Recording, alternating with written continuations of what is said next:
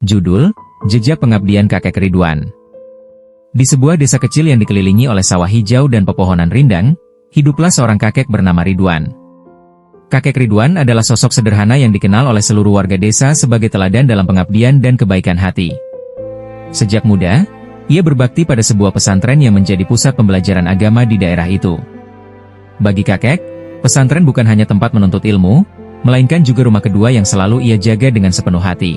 Setiap kali para kiai memerlukan sesuatu untuk pembangunan pesantren, kakek Ridwan selalu menjadi tumpuan harapan.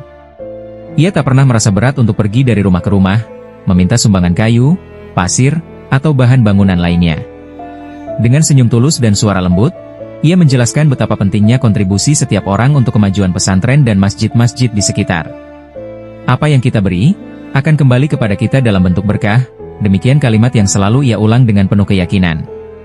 Tak hanya itu, kakek juga sangat peduli terhadap anak-anak madrasah. Setiap Jumat, setelah pelajaran selesai, ia akan membawa sekantong permen untuk dibagikan kepada mereka. Matanya berbinar melihat wajah-wajah ceria anak-anak saat menerima permen, seolah ia memberikan harta termahal dalam hidup mereka. Kebaikan kecil inilah yang membuat nama kakek Ridwan selalu dikenang di hati para santri. Seiring waktu berlalu, kakek tidak hanya berkontribusi di pesantren, tetapi juga aktif membantu pembangunan masjid yang lebih besar di desa. Ia berkeliling menggalang amal dengan penuh semangat. "Mari kita bangun masjid ini bersama," ajaknya dengan nada menggugah. Dan setiap kali ada acara penggalangan dana, kakek Ridwan selalu berada di barisan terdepan, menyemarakan suasana dengan canda dan tawa. Namun, takdir berkata lain. Suatu pagi yang cerah, kakek Ridwan dipanggil Sang Halik. Berita kepergiannya membuat seluruh desa berduka. Ketika hari penguburan tiba, ratusan orang berkumpul untuk mengucapkan selamat tinggal terakhir. Para kiai, ustadz, dan masyarakat tumpah ruah hadir. Bahkan banyak santri yang khusyuk berdoa di kuburannya. Mereka tidak mensyolati di masjid karena terlambat, tetapi karena rasa cinta dan penghormatan yang mendalam untuk kakek yang telah memberikan segalanya bagi mereka, maka mereka mensyolati di kuburannya.